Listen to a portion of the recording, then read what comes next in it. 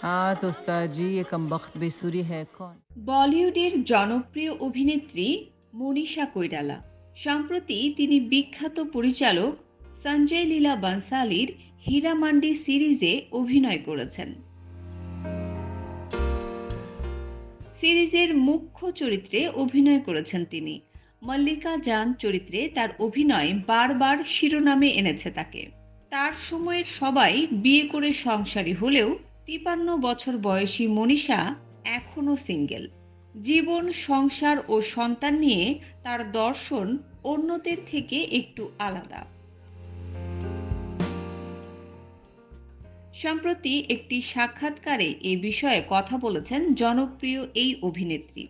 তিনি জানান, দুনিয়ার চোখে ভালো বিয়ে, ভালো সংসার, সন্তান ইত্যাদি নিখুঁত, কিন্তু সংসারের অন্দরে গণ্ডগোল থাকে।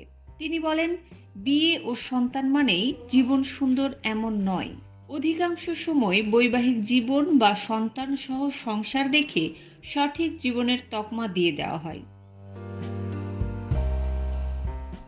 কিন্তু সব ক্ষেত্রে তা সুখকর হয় না। সংসারে ভুলভ্রান্তি, মনোমালিন্য থাকার কারণে জীবন দুর্বিষহ হয়ে ওঠে। তার মতে নিজের জীবন ও অবস্থানকে কোন দৃষ্টিভঙ্গিতে দেখা হচ্ছে সেটা জরুরি। জীবনকে কোন দিক দিয়ে চালানো হচ্ছে তা ভাবতে হবে। সর্বোপরি জীবনে খুশি থাকতে হবে বলে অভিমত অভিনেত্রীর।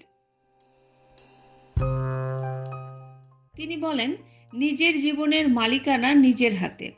নিজেকে যে জায়গায় দেখতে চেয়েছেন এবং দেখেছেন তাতে সন্তুষ্ট থাকলে জীবন এমনিই সুন্দর।